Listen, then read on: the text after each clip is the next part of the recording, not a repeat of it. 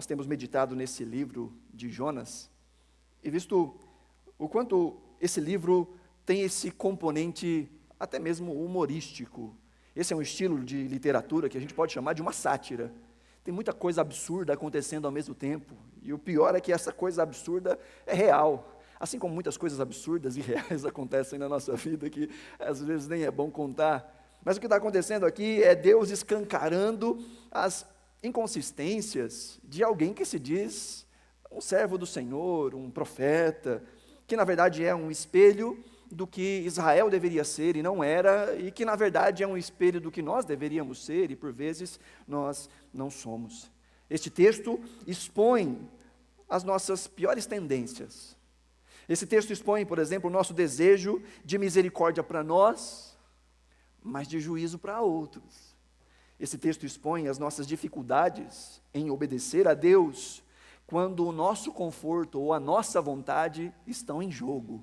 Quando para obedecer a Deus, precisamos abrir mão do nosso conforto ou da nossa vontade. Esse texto expõe tudo isso diante de nós. Mas ao mesmo tempo nos mostra um Deus que é gracioso e que usa todas as coisas e todas as circunstâncias e tudo ao nosso redor para nos salvar. Deus é um Deus que salva, e glória a Deus por isso. Porque Ele salva aqueles ímpios que não conhecem a Deus, Ele salva, mas Ele salva também os salvos que conhecem a Deus. Ele continua a nos salvar, porque salvação nas Escrituras fala muito mais do que simplesmente um destino para quando nós fecharmos os nossos olhos sobre a terra. Salvação fala de todo esse conjunto de liberdade que o Senhor aplica em nós, que é vencendo o poder do pecado e as influências do pecado na nossa vida. Isso é salvação.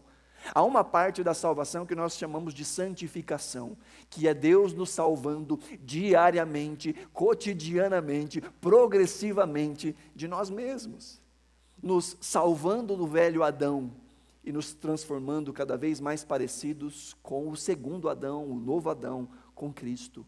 Afinal, esse texto fala muito a respeito deste profeta, que é um profeta ruim, deste intermediário, que é um intermediário ruim, mas que aponta em última instância para o perfeito profeta, para o perfeito mediador, aponta para Cristo. Quando nós olhamos então para essa história, nós vemos o quanto Deus não só salva por meio de Jonas, como Deus está salvando Jonas nesse processo. O texto traz aqui muitos elementos irônicos, como eu já disse. Por exemplo, quando nós olhamos aí, logo no versículo 1, está passando, ok. No verso 1, nós vemos que ele é uma resposta à continuação, né, do capítulo anterior, do versículo anterior. Que diz então, depois que Jonas pregou ali naquela cidade, e lembra qual que era a pregação de Jonas? 5 palavrinhas em hebraico, né? Em 40 dias, Nínive será destruída, ou a tradução literal seria, será colocada de cabeça para baixo. Isso no hebraico são 5 palavrinhas. E o povo se arrependeu dos seus pecados. E diz o texto então no versículo 10 do capítulo 3, tendo em vista o que eles fizeram e como abandonaram seus maus caminhos, Deus se arrependeu, ou Deus estendeu misericórdia e não os destruiu como tinha ameaçado. Mas o verso 1 diz que Jonas, porém, ficou profundamente descontente com isso e se enfureceu. Há um paralelo aqui muito interessante, porque quando nós vemos no versículo 10 a palavra aí de para maus caminhos, é a mesma palavra que Jonas sente para com Deus. Diz o texto que os ninivitas se arrependeram do mal, mas para Jonas, a postura de Deus é que era má. No texto original, inclusive, há uma dupla intenção de Jonas em chamar isso de mal. Diz o texto que Jonas ficou mal, muito mal, com aquilo que Deus havia feito, e com isso ele se enfureceu. E é interessante que o texto aqui vai brincando com as palavras, entre mal e entre fúria, ou entre raiva. A palavra aqui para enfurecer-se, ela é literalmente a palavra esquentar, ficar quente, aquecer. Alguém no Antigo Testamento, quando era visto como furioso, né, diz alguns textos que aqueceu-se a sua ira. A ideia é de ficar, de fato, quente com o que está acontecendo. Então aqui, Jonas olha para aquilo que Deus faz e diz que isso é mal. E aqui nós vemos um profeta bem-sucedido que fracassou. Um profeta bem-sucedido que fracassou. Imagina só, o maior de todos os avivamentos narrados na Escritura. Um homem que com 5 palavras colocou de joelhos em conversão uma cidade de mais de 120 mil pessoas. Alguns historiadores vão dizer que a esta época haviam cerca de 300 mil pessoas na cidade de Nínive.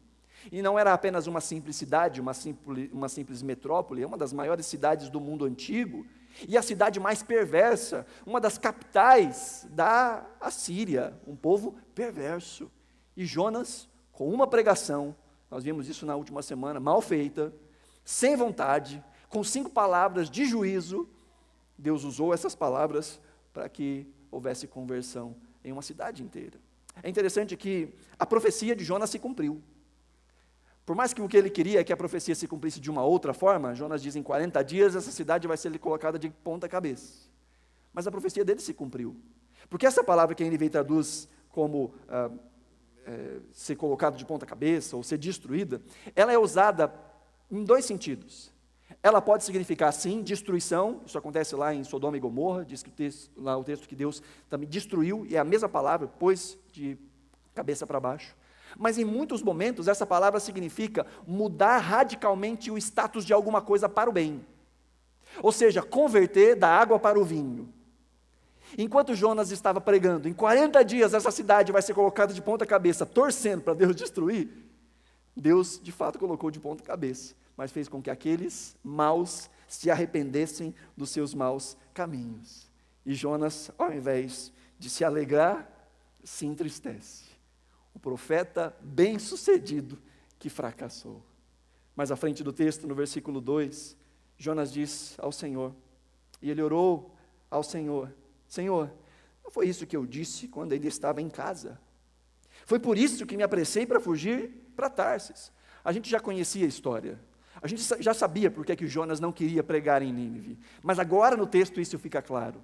Se você estivesse lendo esse texto pela primeira vez, nunca tivesse ouvido a história de Jonas, agora é que entra em cena qual é o coração de Jonas e por que ele não quis ir para Nínive. Não foi medo daquela cidade perversa, foi o medo de Deus perdoá-los.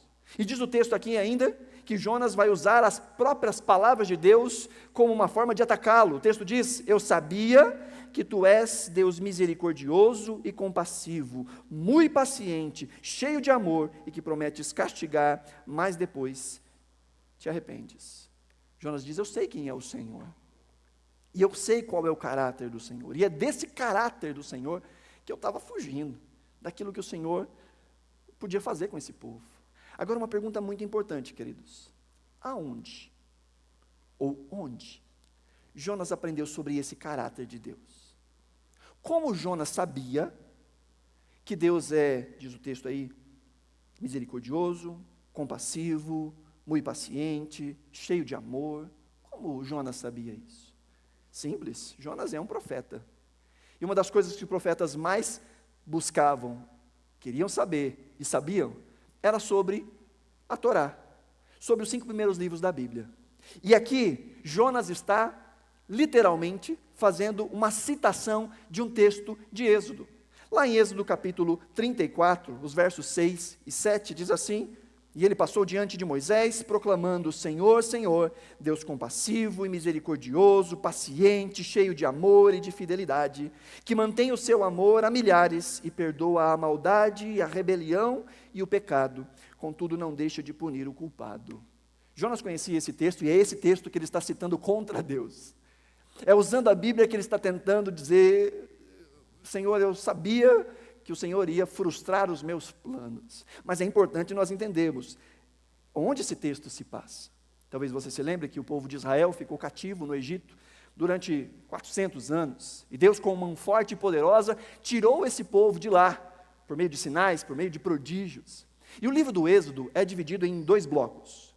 Capítulo 1 até o capítulo 19, nós vemos essa saída do povo. E do 19 em diante, nós vemos o povo ao pé do Monte Sinai, recebendo instruções de Deus. Eles ficam ali 1 ano, para então começarem a sua caminhada rumo à terra prometida. É nesse tempo que eles recebem a lei de Deus, é nesse tempo que eles recebem as plantas do tabernáculo, é tudo nesse tempo. E nesse segundo bloco, o que nós vemos é algo interessante. O povo está todo ali ao pé do Monte Sinai, e Deus chama Moisés para ter uma conversa com ele, e passa para Moisés os termos da aliança, o contrato, olha, eu vou ser o Deus de vocês, vocês vão ser o meu povo, mas eis aqui as coisas que vão reger esta nossa caminhada. E ali ele entrega para Moisés o resumo da lei, os famosos 10 mandamentos, ainda não escritos em pedra. Deus dá a Moisés os 10 mandamentos. Moisés desce, vai conversar com o povo e expõe ao povo a lei de Deus. E o povo diz o seguinte: tudo o que Deus pediu, nós faremos. Moisés expõe os 10 mandamentos. Lembra quais são os 10 mandamentos? Lembra os 2 primeiros mandamentos? Não terás outros deuses diante de mim, e não farás para ti imagem, escultura. Moisés então vai lá, apresenta os 10 mandamentos, o povo fala, beleza, pode assinar, Moisés, fala com Deus que está tudo certo. Moisés vai e escreve tudo aquilo, e Deus diz, Moisés, agora você vai subir de novo aqui na montanha, traz mais algumas pessoas, e a gente vai fechar o contrato, por assim dizer. Era uma aliança de casamento, os votos estavam sendo feitos, por assim dizer. E Moisés, antes de subir ao monte, pega o texto que ele escreveu, e lê para o povo novamente, o povo diz, beleza, tudo que Deus pediu, nós vamos fazer. E Moisés sobe ao alto da montanha. E ali ele fica 40 dias, recebendo do Senhor a planta baixa do tabernáculo. Deus deu tudo ali de maneira minuciosa. Apresentou o projeto hidráulico, o projeto elétrico, o design de interiores, estava tudo ali. Deus deu todas as plantas, mostrou tudo o que precisava acontecer. Enquanto isso, lá no acampamento, o povo diz, faz tempo que Moisés subiu, e eu acho que ele não volta mais. Então começam a falar com Arão, Arão, faz para nós um ídolo, faz para nós uma imagem, para que nós adoremos aquele que nos tirou do Egito. Lembra quais eram os 2 primeiros mandamentos, que o povo disse que não faria? Não deu um mês, o povo já está lá, quebrando os 2 mandamentos. E quando Deus termina de dar a Moisés as plantas, ele diz, Moisés, o negócio é o seguinte, o povo lá embaixo já se corrompeu, fizeram uma imagem e estão adorando uma imagem, então a minha fúria irá sobre eles e os destruirá, e eu vou fazer de você uma grande nação. E Moisés intercede pelo povo, e ele diz, Senhor, não faz um negócio desse, como vai ficar isso diante dos egípcios? O Senhor tirou eles de lá para matar aqui? Não, Senhor, não faz um negócio desse. E Moisés apela para a aliança, ele diz, Senhor, lembra da tua aliança com Abraão, Isaque e Jacó. E Deus diz a Moisés, e o texto lá diz de maneira clara, que Deus se arrependeu, já viu em outro lugar, algo assim? Deus se arrependeu do mal que faria contra Israel, e não derramou sobre eles a ira. Moisés desce da montanha, desce a bordoada no bezerro de ouro, até ele virar pó, faz o povo mexer com aquele pozinho na água, e todo mundo vai beber esse pó, e ali ele vai brigar com aquele povo, e vai dizer que eles estão, de fato, indo contra aquilo que eles acabaram de prometer. E depois Moisés diz, eu vou subir novamente ao Senhor, e vou apresentar a Ele uma propiciação, para que Deus possa perdoar o pecado de vocês. E Moisés novamente vai diante da face do Senhor. E Moisés diz, Senhor, o teu povo de fato cometeu um grande pecado, mas não os destrua. Se for necessário, risque o meu nome do teu livro. O que Moisés estava fazendo era se apresentar como um sacrifício substitutivo pelo pecado do povo. E Deus diz, não tem necessidade disso, Moisés, não vou derramar sobre eles a ira. E Moisés diz, Senhor, quem é o Senhor? Eu quero te ver, eu quero ver a tua face. Deus diz, dá não, ninguém pode ver a minha face e continuar vivo, mas faz o seguinte, tem um lugar aqui pertinho de mim, e eu vou deixar com que a minha bondade passe por você, e quando a minha bondade estiver passando por você, eu vou te jogar dentro dessa fenda da rocha, tampar com a minha mão, e depois que eu tiver passado, você vai conseguir me ver pelas costas. E diz o texto que quando Deus faz isso, passa, Moisés vê o Senhor pelas costas, e enquanto Deus está passando, ele diz, Senhor, Senhor, Deus compassivo e misericordioso, paciente, cheio de amor e de fidelidade, que mantém o seu amor a milhares e perdoa a maldade, a rebelião e o pecado, contudo não deixa de punir o culpado. É nesse momento que esse texto é pronunciado. E esse é o texto mais citado em todo o Antigo Testamento. Há cerca de mais de 20 menções a esse texto, seja de maneira mais completa ou de referências que apontem para ele. Esse aqui é o João 3,16 do Antigo Testamento. O próprio Deus dizendo quem Ele é, falando sobre o seu caráter. Quando a bondade de Deus passa por Moisés, a bondade de Deus diz que ela é misericordiosa, bondosa, paciente, cheia de fidelidade. E é aqui que Jonas aprende o caráter de Deus. Com Deus perdoando o seu próprio povo, não derramando ira sobre o seu próprio povo, não cobrando o pecado do seu próprio povo. Jonas aprende, com base na sua própria salvação e na salvação do seu povo, o caráter de Deus. E é este caráter de Deus que ele joga contra Deus, dizendo: eu sabia que o Senhor era assim, por isso eu não queria ver. Jonas é esse profeta bem-sucedido que fracassou. Então ele vai citar esse texto de misericórdia, de compaixão, de paciência da parte de Deus. Mas não para por aí. Ele agora faz birra, faz manha, faz beicinho.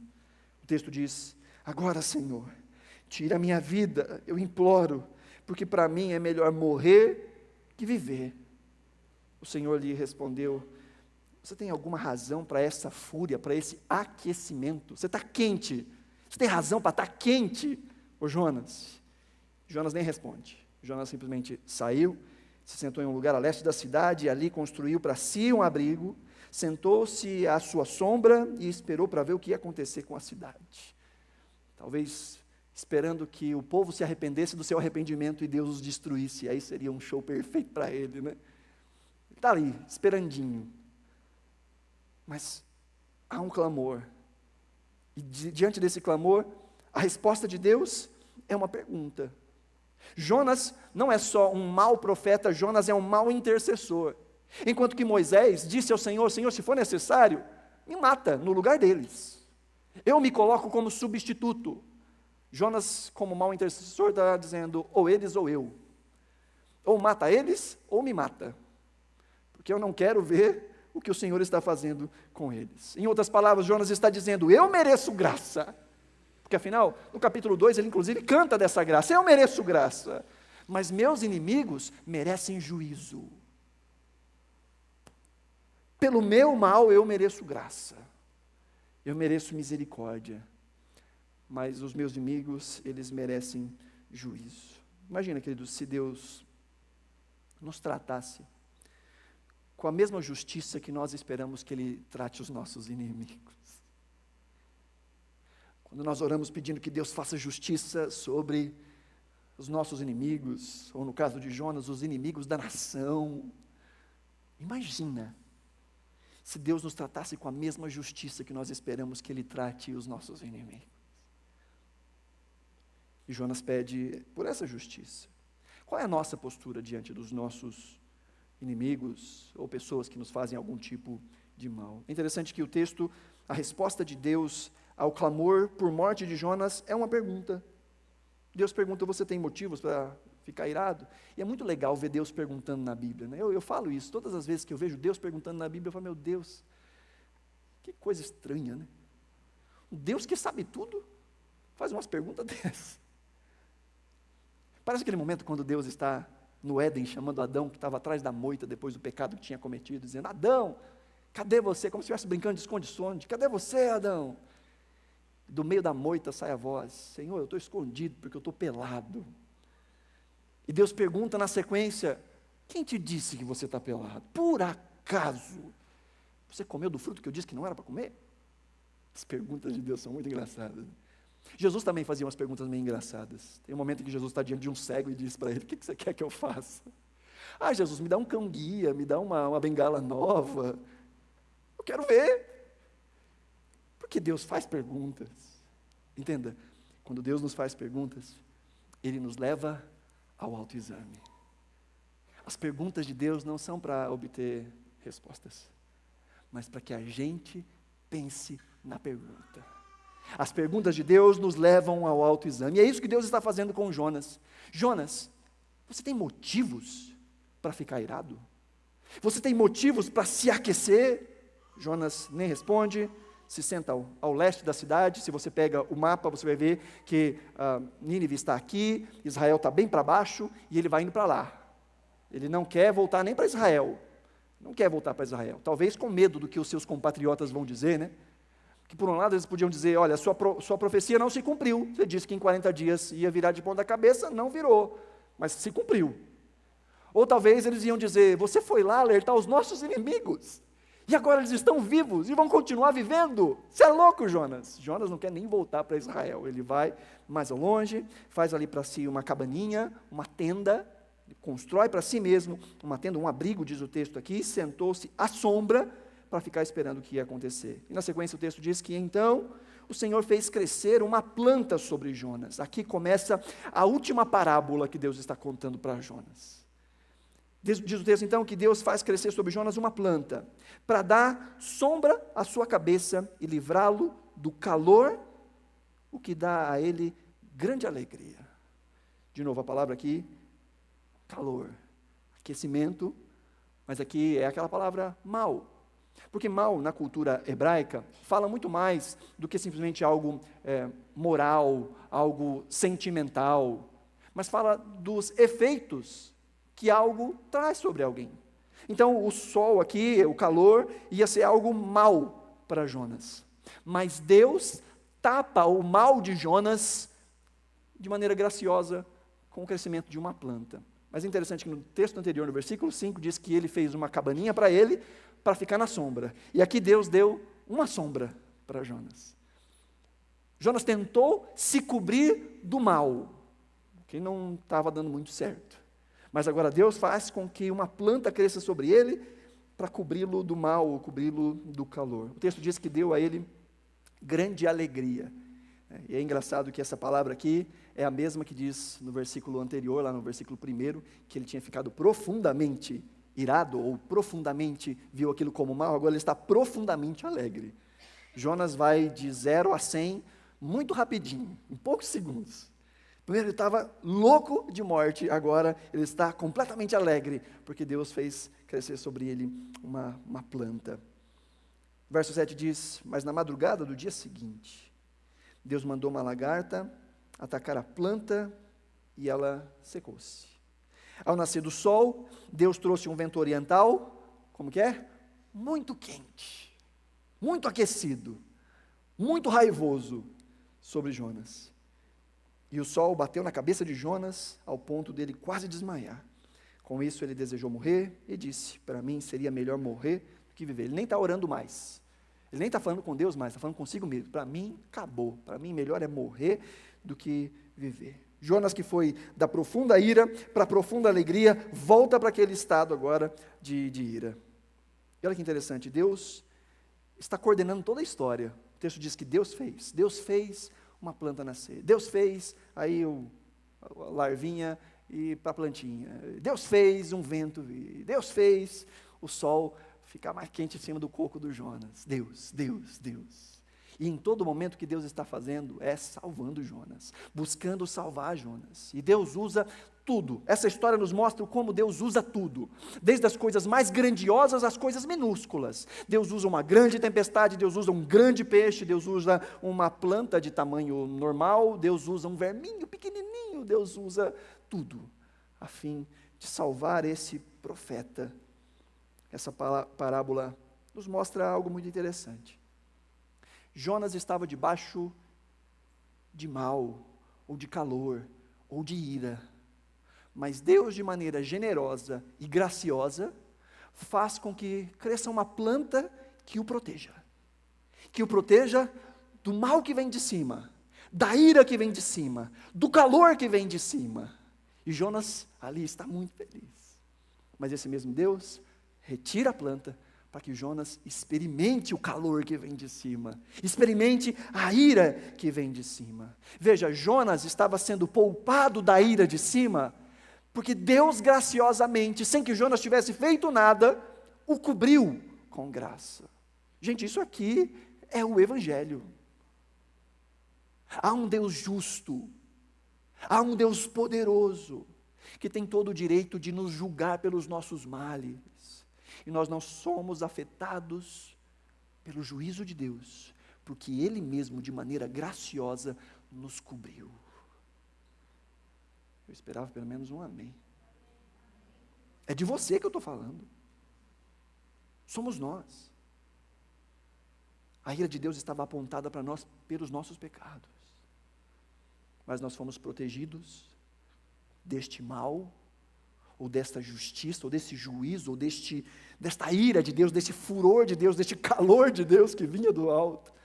Porque Deus nos cobriu de maneira graciosa. Mas Jonas não está entendendo muito isso. Lá no versículo 9, mas Deus disse a Jonas: você tem alguma razão para estar furioso por causa dessa planta, Jonas? De novo Deus com as suas perguntas. Jonas, você tem razão para ficar triste com essa planta? E ele respondeu: sim, eu tenho. Eu estou furioso ao ponto de querer morrer. O que Deus está fazendo aqui é expor o egoísmo de Jonas. Dizer: Jonas, quando você é salvo, você fica feliz, mas quando eu salvo os outros, você não está feliz. Jonas, você está entendendo como é absurdo o que está acontecendo? Jonas, você é crente, Jonas. Jonas, você é profeta, Jonas. Como assim? Você se alegra com a sua salvação, mas você se entristece com a salvação dos outros. Você se entristece com a salvação dos seus inimigos. No verso 10, mas o Senhor lhe disse: você tem pena dessa planta, embora não a tenha podado, nem a tenha feito crescer. Ela nasceu em uma noite morreu. Contudo, Nínive tem mais de 120 mil pessoas que não sabem nem distinguir a mão direita da mão esquerda, além de muitos rebanhos. Não deveria eu ter pena da grande cidade? Deus está usando a parábola que Jonas acabou de viver para dizer: olha o absurdo, Jonas. Você está feliz ou você está triste porque você perdeu algo que não foi você que cultivou, que não foi você que fez crescer, que apareceu num momento e desapareceu no outro. Pereceu, a palavra aqui literal é pereceu, assim como Deus tinha mandado Jonas ir a Nínive anunciar, e Jonas disse: vocês vão perecer. A planta pereceu, Jonas, e você está triste por causa dela.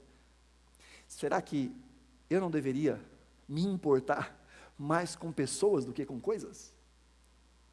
Porque em Nínive, diz ele, existem mais de 120 mil pessoas que não sabem a mão direita da mão esquerda. Aqui alguns comentaristas vão dizer que possivelmente esteja se referindo a crianças. Mais de 120 mil crianças. Não sabem nem diferenciar ainda a mão esquerda da mão direita. E você não se alegra com aquilo que eu estou fazendo. É muito interessante que esse texto ele está envelopado.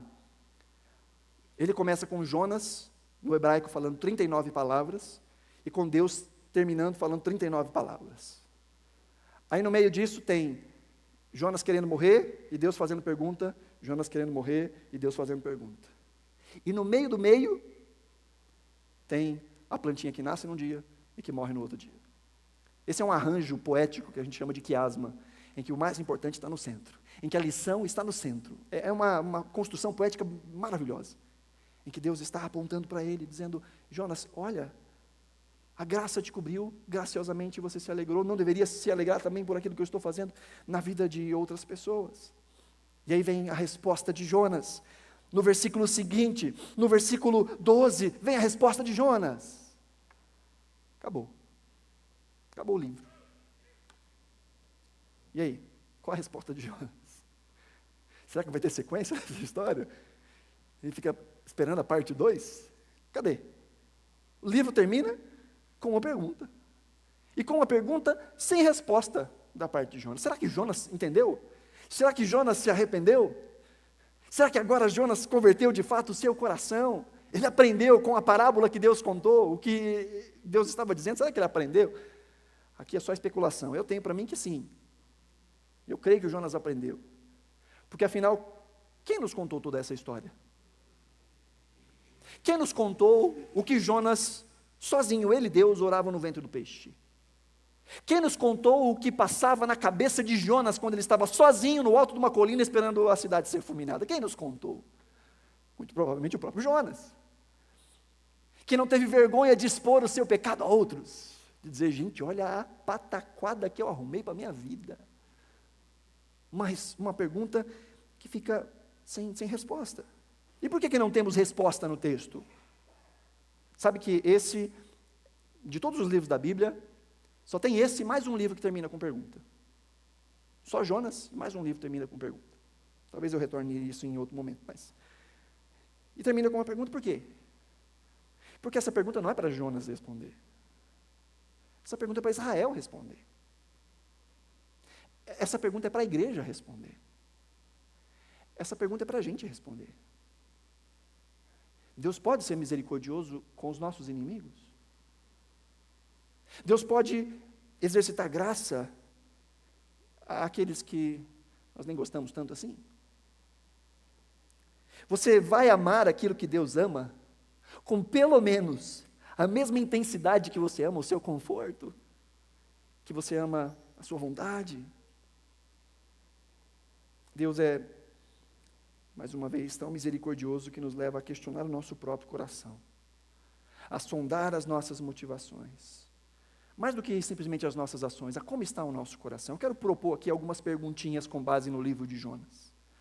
Você não precisa responder, só respira fundo enquanto passamos por cada uma delas. Primeira pergunta: você já quis mais o seu jeito que a vontade de Deus? Responde aí no seu coração. Segunda pergunta: com que frequência você ora ou deseja o bem de pessoas que são os seus inimigos, ou quem você considera inimigos da sua nação? Com que frequência você ora pelo bem, pela conversão, pela misericórdia, pelo milagre? É disso que se trata o livro de Jonas. Terceira pergunta: você já questionou a justiça e a misericórdia de Deus? Deus, por que o Senhor não faz assim? Por que o Senhor não faz assado? Senhor, por que isso? Por que aquilo? Você já questionou em algum momento a misericórdia de Deus? 4, é possível para você saber do caráter de Deus e ainda assim não demonstrar a compaixão de Deus? E uma última pergunta: você às vezes se importa mais com os seus desejos terrenos que com os destinos eternos dos outros? Eu espero que você tenha respondido aí no seu coração, que eu já apanhei em casa com isso aqui. Então eu apanho em casa e trago para cá para a gente apanhar junto. Porque quando eu olho para essas 5 perguntas, a única resposta que me vem é: nós também somos Jonas. Nós que fomos salvos, também precisamos ser salvos. Ou somos Nínive, ou somos Jonas. Ou somos pecadores perdidos que precisam de salvação, ou somos salvos que precisam de salvação. Essas são as 2 categorias que a gente consegue se encaixar. Porque a salvação não é só esse destino na vida além túmulo. A salvação é Deus nos transformando dia após dia, de glória em glória, à semelhança do seu próprio Filho. Nos salvando do nosso egoísmo, nos salvando do nosso próprio coração, nos salvando dos nossos próprios pensamentos. Mas graças a Deus que esse texto, embora nos fale tanto desse mau profeta, mau intercessor, esse texto nos fala muito mais sobre Jesus. Afinal, ele mesmo fala de si. Esse texto nos fala lá no Evangelho de Mateus.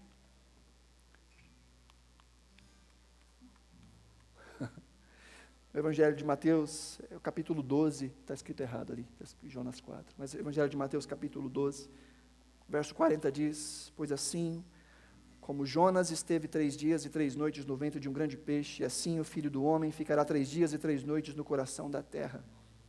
Os homens de Nínive se levantarão no juízo contra esta geração e a condenarão, pois eles se arrependeram com a pregação de Jonas, e agora está aqui aquele que é maior que Jonas.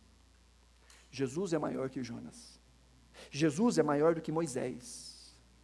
Jonas queria morrer, ou era ele, ou era o povo. Ou me mata, ou mata eles. Moisés foi um pouquinho melhor. Moisés disse: Senhor, mata eu. Salva eles. Mas Deus disse: não, você não, Moisés. Mas Jesus foi esse, que foi a propiciação, de fato, pelos nossos pecados, que de fato morreu. Agora veja, Deus salva inimigos, os nossos e os dele. E a Bíblia nos diz que nós éramos por natureza inimigos de Deus. Glória a Deus que Deus salva inimigos, os nossos e os dele. Jesus é maior do que Jonas. Jesus nos ensina a amarmos os nossos inimigos, diferente de Jonas, que não amava os seus inimigos. E Jesus pode fazê-lo porque Jesus deu exemplo. Jesus amou os seus inimigos. Ainda que na cruz, aqueles que o esbofeteavam, aqueles que o humilhavam, Jesus disse, Senhor, perdoa-lhes, porque eles não sabem o que fazem, perdoa-lhes. E o Cristo que perdoou os seus inimigos, que nos perdoou, nos chama a também estendemos perdão e misericórdia. É em Cristo que nós vemos o cumprimento de Êxodo 34. O texto nos diz, ele passou diante de Moisés proclamando, Senhor, Senhor, Yahvé, Yahvé, o nome de Deus, Deus compassivo, misericordioso, paciente, cheio de amor e de fidelidade, que mantém o seu amor a milhares e perdoa a maldade e a rebelião e o pecado. Mas olha a continuação do texto, diz, contudo não deixa de punir o culpado. Deus é esse misto, e a bondade de Deus é esse misto, de misericórdia, de graça, de paciência, mas também de juízo, de justiça. Deus há de cobrar toda a injustiça desse mundo. Toda a injustiça desse mundo. Afinal, só tem 2 livros na Bíblia que terminam com uma pergunta. Jonas e Naum. Sabe do que trata o livro de Naum? Deus levanta o profeta Naum para ir a Nínive, proclamar juízo. Porque pouco tempo depois, algumas décadas depois, esse povo se arrependeu do seu arrependimento. E Deus trouxe sobre eles juízo. E nos primeiros versículos de Naum, capítulo 1, versículo 3, Naum cita novamente Êxodo 34. Mas agora ele cita só essa partezinha final. Deus não deixa de punir o culpado. Sabe que isso é muito difícil para a gente equilibrar. Um Deus que ao mesmo tempo é bom, é paciente, mas ao mesmo tempo é justo e exerce juízo. Mas o lugar mais perfeito em que isso se materializa é na cruz do Calvário. É na cruz que nós vemos a bondade, a misericórdia, o perdão, a fidelidade de Deus, Deus perdoando o pecado, e é na cruz que nós vemos Deus punindo o culpado. A diferença é que na cruz, o culpado se fez culpado em nosso lugar. Na cruz, o Cristo recebe sobre si a culpa, para que a gente que se esconde nele, possa receber compassividade, misericórdia, paciência, amor, fidelidade e perdão da nossa maldade. Esse texto nos aponta para Jesus. E Jesus não só derrama sobre nós esta graça, como também diz lá em Mateus capítulo 4 aos seus discípulos, a quem ele estava chamando, venham a mim, me sigam, e eu farei de vocês pescadores de homens. O Deus que derramou sobre nós graça é o mesmo Deus que nos envia para proclamar essa graça a outros. O mesmo Deus que nos salvou quando nós éramos inimigos, nos chama a ir aos campos, também chamar outros inimigos de Deus à salvação, e depositarem sobre Ele a sua vida, a fim de que Ele receba a culpa pelos nossos pecados, para que nós possamos receber a graça que flui do Deus que nos cobre da sua ira, do seu calor justo. Mas haverá um tempo em que Deus há de exercitar juízo. E naquele dia nós o reputaremos como justo, bom, santo. Afinal, a salvação pertence ao Senhor. O próprio Jonas orou isso no capítulo 2. A salvação pertence ao Senhor. Pois lá em Apocalipse capítulo 7 nós vamos ver um cântico dizendo que a salvação pertence àquele que está sentado no trono e ao Cordeiro. E o texto nos diz que ali havia gente de todo povo, tribo, língua e nação. E Deus continua salvando gente de todo povo, tribo, língua e nação, mesmo que para isso Ele use gente imperfeita como nós. Deus continua usando todos os meios disponíveis ao nosso redor, para mais uma vez confrontar o nosso coração, confrontar o nosso comodismo, confrontar o nosso ego, a fim de que nós possamos sair de nós mesmos e ir em direção ao outro. O resumo dessa série toda de Jonas, nós dizemos que essa série é Jonas, o Evangelho, a mensagem e eu. Então, se for para a gente pensar no Evangelho, o Evangelho diz que Deus salva inimigos, os meus e os dele. Esse é o Evangelho. E a mensagem, qual é a mensagem? A mensagem é que nós somos chamados a amar aquilo que Deus ama. E o que é que Deus ama? Gente. O que é que Deus ama? Pessoas que precisam de salvação e de misericórdia. E como é que nós amamos aquilo que Deus ama? Agindo com misericórdia, agindo com graça, agindo com perdão, liberando perdão, agindo com justiça, tocando o quebrado, sendo um instrumento de Deus para atingir aquele que está quebrado. E anunciando essa graça, essa misericórdia, proclamando o Evangelho do Senhor. Essa é a nossa missão. Porque afinal nós experimentamos dessa graça, deste Deus, nós sabemos, nós somos como Jonas. Eu sabia, Senhor, eu sei, Senhor, que Tu és um Deus bondoso, compassivo, misericordioso, que perdoa pecados, eu sei. Amém? Nós sabemos isso. Sabemos ou não sabemos? Mas há uma missão. A missão de Jonas é, vai a Nínive. E a missão que Deus nos deu é ir por todo o mundo, fazendo discípulo de todas as nações, batizando em nome do Pai, do Filho e do Espírito Santo, ensinando a guardar tudo o que eu vos tenho ordenado. Jesus ainda diz, eis que eu estou convosco todos os dias. O sucesso da missão está na companhia. O sucesso da missão está que caminha conosco aquele que é o dono da graça perfeita. Ainda que essa graça perfeita se manifeste por meio de vasos imperfeitos, o sucesso da missão está na perfeição daquele que nos acompanha, daquele que aplica a mensagem, daquele que é o dono da mensagem.